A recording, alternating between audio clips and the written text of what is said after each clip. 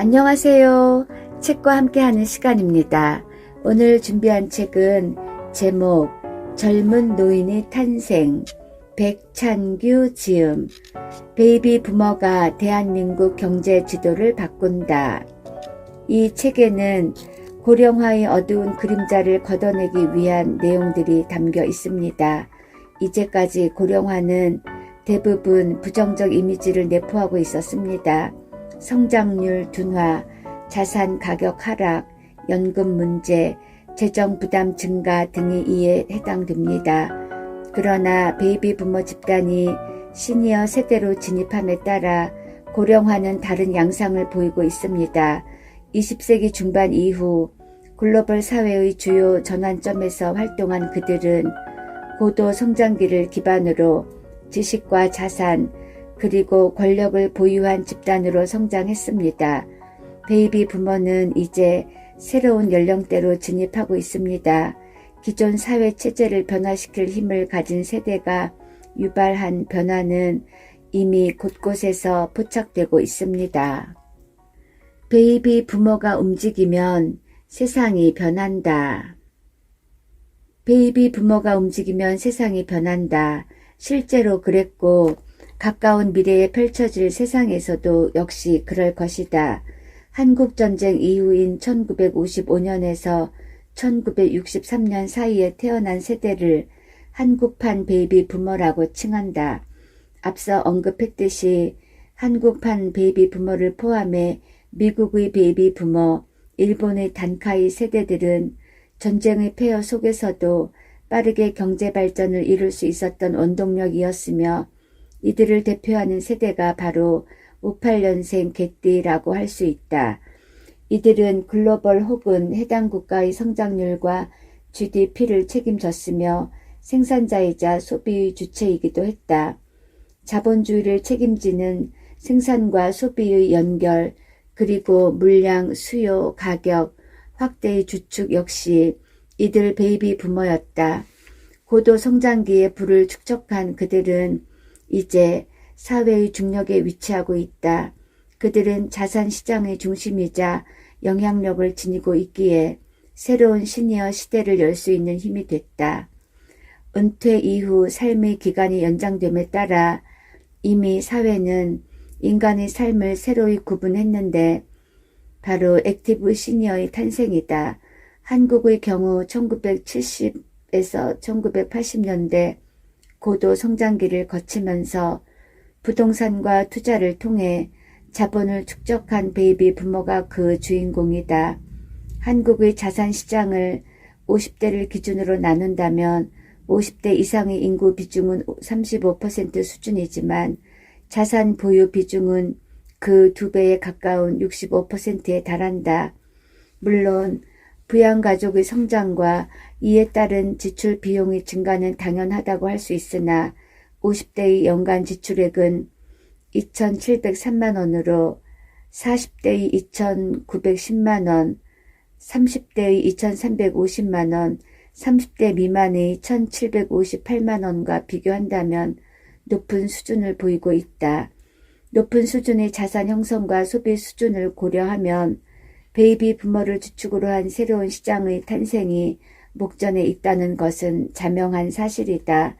서울의 주요 고급 고가 주택지역인 강남 3구의 아파트 소유 연령대를 확인하더라도 해당 연령대에 집중되어 있는 것을 알 수 있다. 한국보건산업진흥원에 따르면 고령 친화 8대 산업의 시장 규모가 2012년 27조 4천억 원에서 2015년 39조 3천억으로 증가했으며 2020년까지 72조 8천억 규모로 확대될 것이라고 한다. 한국방송진흥공사는 5015 소비자 행태 조사 보고서를 통해 2016년에 주목해야 할 소비자로 액티브 시니어를 선정했다. 현재 액티브 시니어로 대표되는 세대들은 꽃중년이라는 애칭과 함께 한국의 새로운 소비 주체로 떠오르고 있으며 이전 실버 산업에 비해 그 규모가 상당히 커질 것으로 보인다. 참고로 이 책은 2017년에 발행된 책입니다. 1955년생의 베이비 부머들은 이미 2016년부터 국민연금을 수급하기 시작했다. 1980년대에 국민연금 제도가 시작될 때만 하더라도 많은 사람이 가입을 피하기 위해 적극적으로 노력했다. 그러나 현재 수급 시기를 앞두고 오히려 적극적으로 불입하고 있는 세대가 바로 베이비붐 세대다. 이제 그들도 매월 들어오는 현금 흐름의 중요성과 함께 기대 수명 증가에 따라 물가 상승을 일정 부분 보전해주는 연금의 소중함을 알게 된 것이다. 연금 수급은 이전과는 다른 노년을 보낼 수 있다는 의미를 내포함과 동시에 추가적인 소비 여력이 생겼음을 의미한다. 이는 액티브 시니어가 소비 주체로 주목받는 이유이기도 하다. 고령 인구의 증가, 고령화 속도, 경제 발전의 궤적 등을 고려할 때 우리보다 앞서 있는 일본의 모습을 살펴볼 필요가 있다. 노인들이 나라인 일본은 초고령 국가로 변화한 사회에 적응해 새로운 유형의 공급과 수요가 탄생했으며 새로운 사회 현상이 등장하고 있다. 예를 들어 평균 연령 67세의 초고령 아이돌 집합이 고령 만세라는 타이틀곡으로 데뷔를 했으며 성인용 기저귀가 대히트를 쳤고 편의점 선진국답게 노인들에게 특화된 도시락 개발과 배달까지 시도하고 있다. 게다가 1990년대 후반에는 잡지 강국이라는 명성에 맞게 수많은 시니어용 잡지를 발간했다. 특히 고령의 관심사는 건강과 직결될 것이라는 예상에 따라 건강 관련 잡지가 많이 발간되었는데 예상과 달리 대부분은 폐간의 길로 접어들었지만 그중 히트를 친 잡지가 바로 시니어용 패션 잡지였다. 양차 지지이라는 잡지로 의역하자면 장난스러운 할배라는 제목이다. 캐치프레이즈 문구는 돈은 남기지 마라, 자신을 위해 써라 라고 되어 있으며 패션에 대한 조언을 하고 있다. 이 외에도 패션 생활용품 브랜드인 무지와 SPA 브랜드인 유니클로의 성공 역시 시니어들이 선택이 일조했다 해도 과언이 아니다. 일본 사회의 이러한 변화들은 단순한 아이템의 발견만이 아니라 행태의 변화와 산업의 변신이라는 점에서 주목할 만하다. 일본에는 구매 난민이라는 단어가 있다. 돈이 있더라도 물건을 사기 위해 멀리 떨어진 유통 매장까지 가거나 구매한 물품을 들고 오는 것이 불가능한 허리가 굽은 고령의 노인을 표현하는 말이다. 도심지를 벗어나 시골에 가까울수록 소위 구매 난민의 증가가 두드러진다고 한다. 이러한 상황들이 일본 지근거리 유통의 주인공인 편의점을 성장시킨 배경이 아닐까 생각한다. 이렇듯 고령화와 유통업종은 대척점에 서 있다고 해도 과언이 아니다. 일본의 경우 단카이 세대가 은퇴하던 1990년대 후반, 그들은 노후에 대한 불안에 지갑을 닫을 수밖에 없었다. 이에 일본 내수 시장은 위축되고 말았다. 내수 시장의 위축은 혼란을 불러일으켰으며 소매 유통은 전쟁터의 최전선으로 내몰렸다. 이때 기존 유통업계의 패러다임 속에서 차별화된 전략으로 성공을 거둔 유통 매장이 있었으니 바로 다이신 백화점이다. 어떻게 다이신 백화점은 도쿄 서남부 상권의 시장 점유율을 70%나 차지할 수 있었을까? 건물 규모는 6층에 불과하며 고급스러움도 없는데 말이다. 게다가 한국의 유행처럼 불어닥친 몰 타입의 유통 시스템도 아니다. 그러나 하루 최대 2만 명, 연간 기준 약 400만 명에 달하는 사람들이 이곳을 방문하고 있으며 다이신 백화점의 성공 사례를 다룬 책만 수십 권에 달할 정도다. 다이신 백화점의 성공 요인은 핵심 고객을 노인으로 정한 것이다.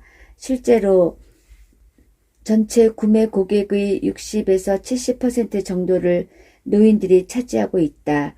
다이신은 고령자에 대한 차별화된 부가 서비스를 제공하는 것으로 가격 경쟁에서 탈피했는데 18만 종에 이르는 제품 라인업 구비, 최신 제품보다는 익숙한 과거 제품 구비, 넓은 통로, 휴식시설, 무료 배달 서비스, 평균보다 많은 종업원 수, 무료 도시락 배달, 안부 및 건강 점검 등이 그것이다. 결국 주 고객층이 바뀐 것을 고객 최접점에 위치한 유통업종에서 먼저 파악해 변신에 성공한 셈이다. 이들의 성공 방정식은 비단 유통업종에만 적용될 사항은 아닐 것이다. 20세기 후반 한국 경제 발전의 엔진 역할을 한 베이비 부모의 환갑이 이제 1년 앞으로 다가왔다. 이전과 다른 시니어의 탄생을 맞이할 필요가 있다.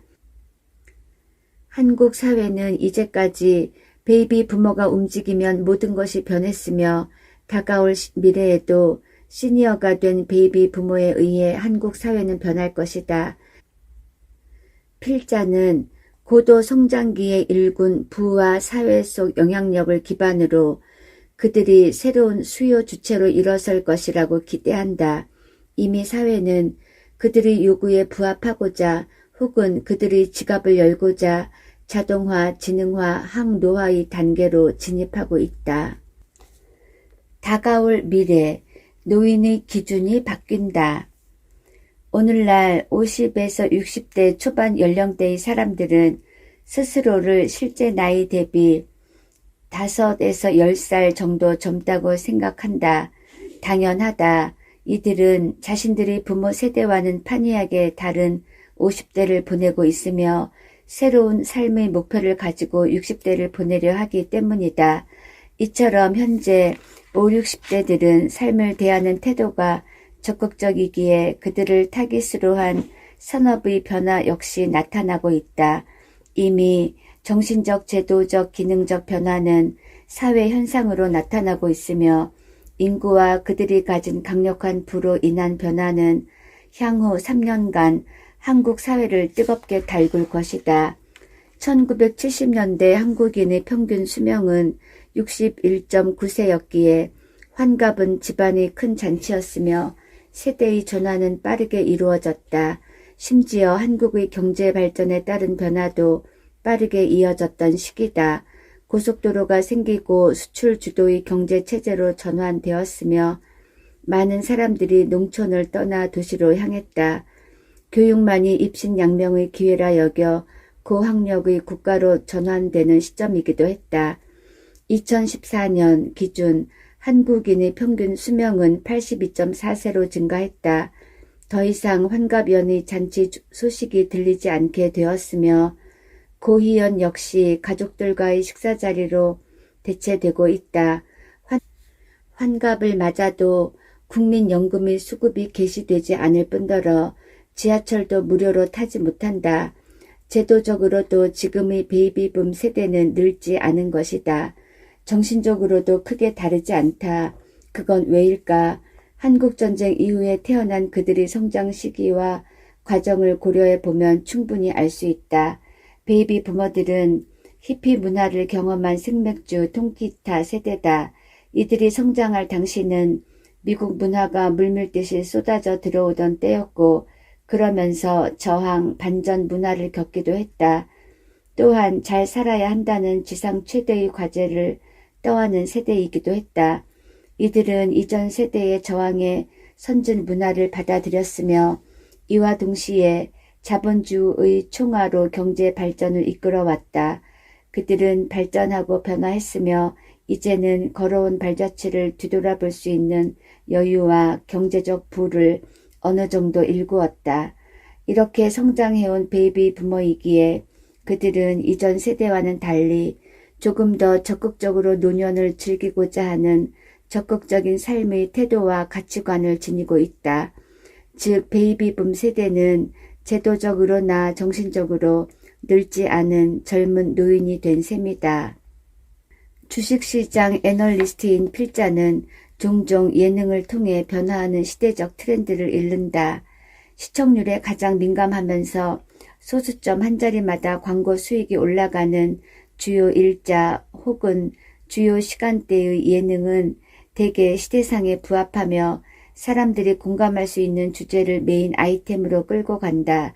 예를 들어 인기 있는 노장 배우들이 모여 배낭여행을 떠나는 콘셉트의 예능 프로그램인 TVN의 꽃보다 할배 시리즈는 매 시즌마다 큰 인기를 구가했으며 예능 포맷을 미국에까지 수출하는 쾌거를 달성했다.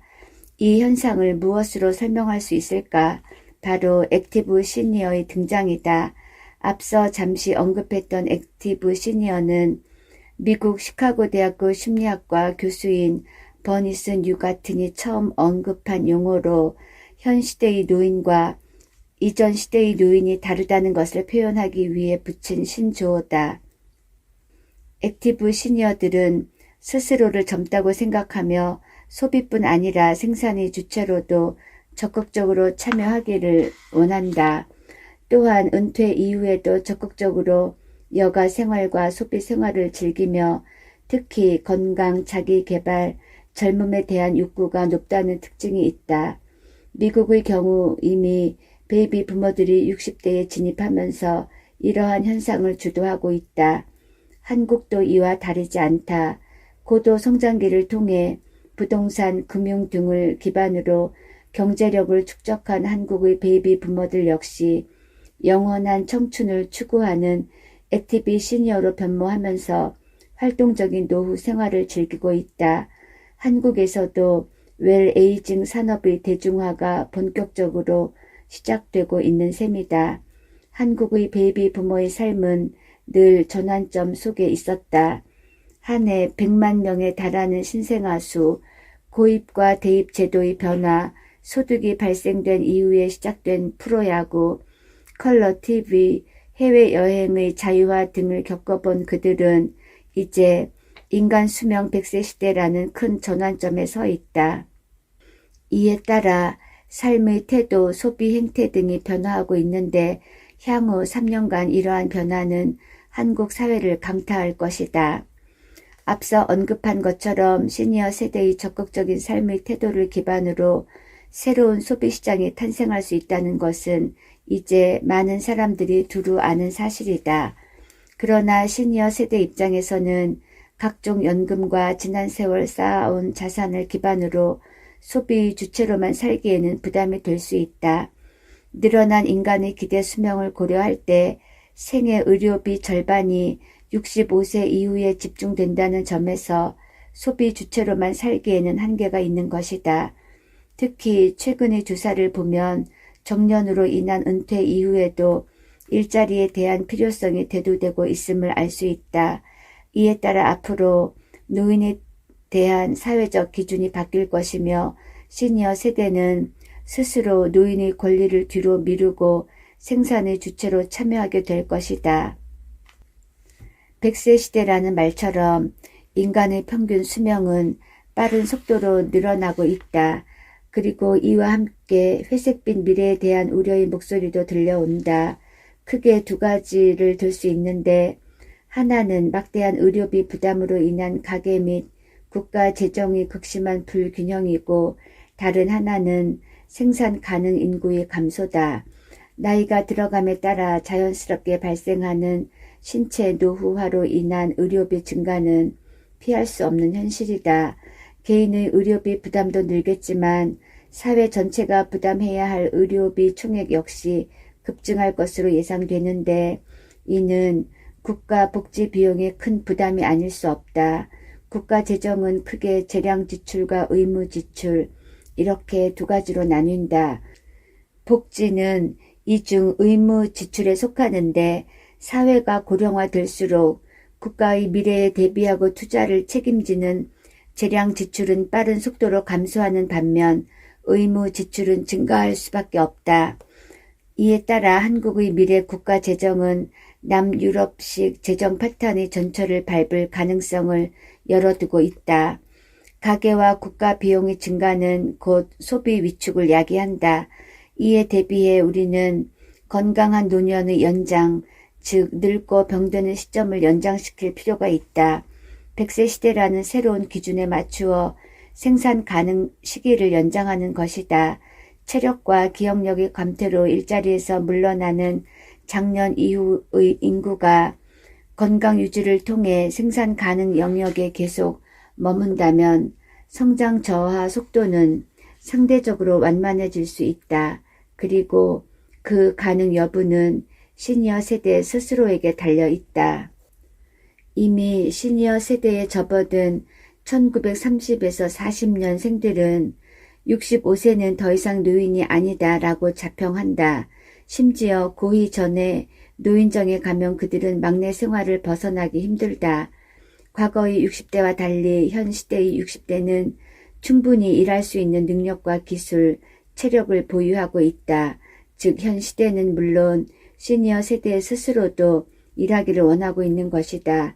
물론 이에 대한 세대 갈등 혹은 이를 넘어 세대 분열이 발생할 수 있다는 우려 역시 존재한다. 그러나 결론적으로 봤을 때 갈등의 폭발로 인한 세대 분열과 이에 따른 경제적 후퇴는 제한적일 것으로 판단된다. 이미 산업과 주식 분야에서는 선제적으로 이러한 사회상을 반영하는 모습이 나타나고 있다. 미국의 경우 나스닥 시장에서 바이오 헬스케어 업종의 비중이 13%까지 성장했으며 일본의 경우 약 6% 수준에 달하나 한국은 아직 선진국 수준에 미치지 못하고 있다. 글로벌 제약회사들의 주력 파이프라인은 고령화에 따른 만성 질환에 집중되어 있으며 한국 제약사들 역시 당뇨병, 고혈압, 퇴행성 관절염, 위염 등 한국인 4대 만성질환에 대한 파이프라인을 주력으로 삼았다. 또한 성형 부분의 뿌띠 시술 및 레이저 치료 등 항노화에 대한 관심과 수요 증가도 나타나고 있다. 의료 행위를 통한 신체적 노령화 지원 외에도 제도적인 개선이 필요하다. 이미 독일에서는 노인에 대한 기준 변화를 논의하고 있으며 기업을 중심으로 퇴직에 대한 기준을 바꾸고 있다. 고령화가 사회 체제를 급격히 바꾼다. 현재 80세 이상의 한국 노인들은 일제강점기와 한국전쟁을 겪은 세대로 고난과 배고픔을 이겨내고 지금까지 살아왔다. 노환에 따른 질병이야 있겠지만 건강한 사람들도 많이 있다. 그렇다면 전후에 태어난 베이비 부모들은, 다시 말해 예방접종을 맞으며 자란 세대는 얼마나 살게 될까 하는 궁금증이 든다. 100세 시대, 그것은 우리에게 해당하는 단어다. 평균 수명이 70세 이하였던 과거에 인간의 삶은 크게 3단계로 구분되었다. 인간의 수명이 지금보다 짧았기에 처음의 20년, 중간의 30년, 마무리하는 20년, 이렇게 삶의 구분이 가능했다. 처음 태어나서 20년간 한국 사람은 열심히 공부해서 고학력을 달성하거나 기술을 배워 사회의 일원으로 참가하기 위해 노력했다. 다음 30년간은 열심히 일해서 가족을 부양하고 집을 장만하고 부모를 봉양하면 되었다. 이러한 삶의 궤적이 가능했던 것은 노력으로 축적한 적은 규모의 자본으로도 얼마든지 사회 발전의 속도를 따라잡을 수 있었기 때문이다.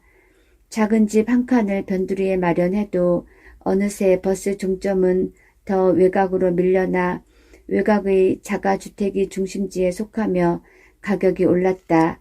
가만히 있어도 부동산 투자에 뛰어들 수 있었다. 예금과 적금, 그리고 보장성 저축보험을 가입해도 두 자리 수익률을 올릴 수 있었다. 더욱이 OECD에 속한 나라 중 가장 빠르게 성장한 산업자본주의 역사를 지닌 한국의 경제사를 보면 하루라도 빨리 태어나 사회활동에 참여한 것은 시대의 축복이었다. 문제는 그 어느 국가보다 빨랐던 속도에 있다. 앞서 말한 삶의 3단계 궤적이 완성된 지 불과 한 세대가 채 지나기 전에 우리는 고령화의 길을 걷고 있다. 기준은 과거에 머물러 있는 반면 삶은 미래로 나아가고 있는 것이다. 여기서 오는 시간의 차이는 우리가 일찍이 경험하지 못했던 것으로 우리에게 큰 부담과 두려움을 주고 있다. 그리고 그 두려움의 근원은 일본의 사례에 있다. 한국은 일본의 발전 과정을 대부분 그대로 답습했다. 그렇기 때문에 초고령 국가인 일본의 사례를 보면 한국의 미래도 전망해 볼 수 있는 것이다. 물론 우리에게 불안을 심어주는 것은 일본뿐만이 아니다. 각종 방송과 언론 그리고 다양한 저서들을 통해 기업의 매출액 정체, 각 경제 주체의 유보율 증가, 저성장의 지속, 이에 따른 자산 가격의 가치 하락, 노후에 대한 불안, 심지어 빈곤과 파산을 다루는 내용 등이 연일 쏟아져 나오고 있다. 이뿐만 아니라 향후 노후의 버팀목이 될 국민연금에 대한 우려 역시 피할 수 없는데 일본의 국민연금인 GPIF의 총 기금 규모는 2009년 123조 엔을 정점으로 내리막길을 걷고 있다. 노인 인구 증가는 수급권자의 확대를 뜻하며 기대 수명의 증가는 연금의 미래 부채를 야기하기 때문이다. 국가 재정의 한국의 재정은 건전하다고 하나 이와 같은 속도와 경로를 밟게 된다면 그리스식의 재정 파탄 우려도 먼 나라 이야기는 아닐 것이다. 한국의 기대 수명은 굉장히 빠른 속도로 20년이라는 시간이 더해졌다. 이와 같은 추세라면 100세를 기준으로 한 각종 금융상품을 기획하는 시점도 머지 않았다. 중간 단계를 다시 한번 나눌 시점이 온 것이다. 인간의 삶은 이제 20년 플러스 알파라는 시간이 더해진 만큼 삶의 단계를 하나 더 추가해야 한다. 삶의 구분을 새로이 재정립하지 않는 이상 현재의 뉴 노멀 국면을 벗어나기 어렵다. 이미 제도적, 정신적, 기능적, 문화적 변화는 시작되었다. 우리가 느끼지 못하고 있다 하더라도 세계적 흐름은 빠르게 변하고 있다. 도태되지 않기를 바랄 뿐이다. 체제 변화의 양상은 이미 사회적 현상으로 도처에 나타나고 있다. 첫 번째로 글로벌 저성장, 두 번째로 노인에 대한 사회적 기준의 변화, 세 번째로 새로운 혁신의 도래가 그것이다. 이를 통한 금융시장 내 투자 대상에 대한 기준과 목표, 그리고 환경은 이미 변화했다. 이러한 변화 속에서 우리는 새로운 투자 방향을 설정할 필요가 있으며 주식시장 역시 투자 아이디어가 지속적으로 탄생할 것이라 기대한다. 에필로그입니다. 고령화는 우리 모두에게 또 다른 도전이자 기회다. 변화는 두렵다. 특히 이제까지 성공의 방정식이라 여겼기에 수십 년간 이어왔던 삶의 태도를 바꾸어야 한다는 것은 거부감부터 든다. 이 책에서 말하고 있는 하나의 주제는 현재 변화의 양상이 세계 도처에 나타나고 있다는 것이다. 변화는 하나의 소실점으로 모이게 되는데 바로 글로벌 고령화에 따른 사회 체제의 변화라 하겠다. 한국을 성장 가도의 반열에 올리는데 가장 큰 공을 세운 세대는 바로 베이비 부머라고 할 수 있다. 이들은 1955년에서 1963년 사이에 태어났으며 인구 비중은 13.6%, 약 700만 명에 달하는데 현재 은퇴를 앞두고 있다. 베이비 부머가 태어나던 1960년 우리나라 1인당 실질 GDP는 109만 원 수준이었으나 이들의 경제활동 마무리 시기에 해당하는 2015년 1인당 실질 GDP는 2,893만 원까지 올라왔다. 이들은 수치 제시 말고도 다양한 영역에서 큰 기여를 했다. 생산, 무역, 수출, 체제의 변혁, 베트남전, 문화의 다양성 측면에서도 기여한 바가 매우 크다.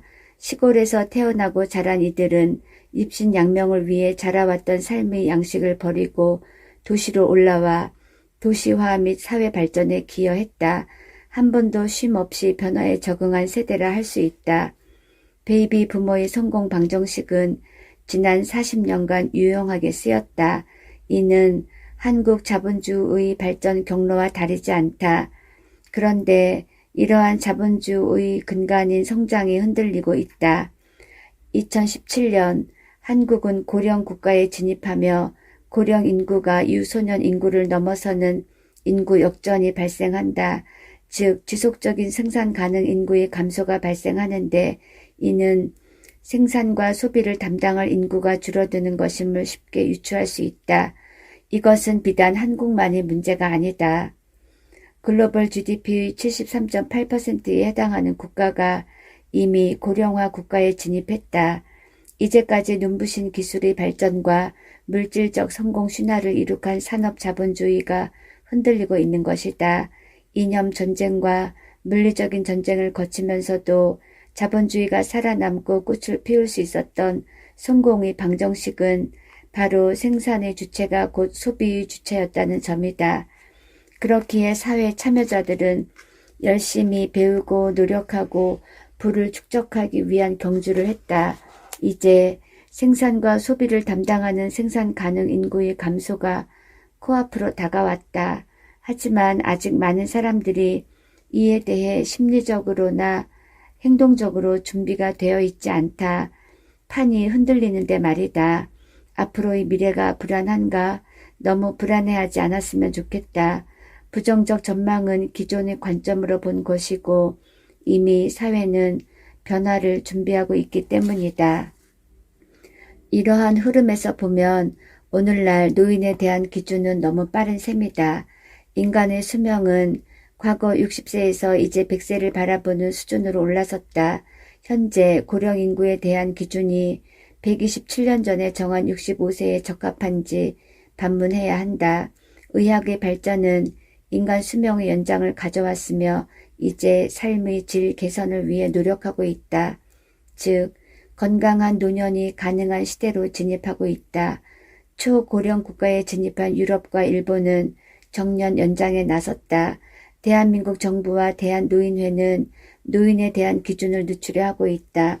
이에 따라 생산과 소비의 주체가 감소하는 속도는 늦어질 수 있다. 4차 산업혁명의 본질은 자동화, 지능화, 초연결성으로 늙어가는 세계의 효율성을 높여줄 수 있다.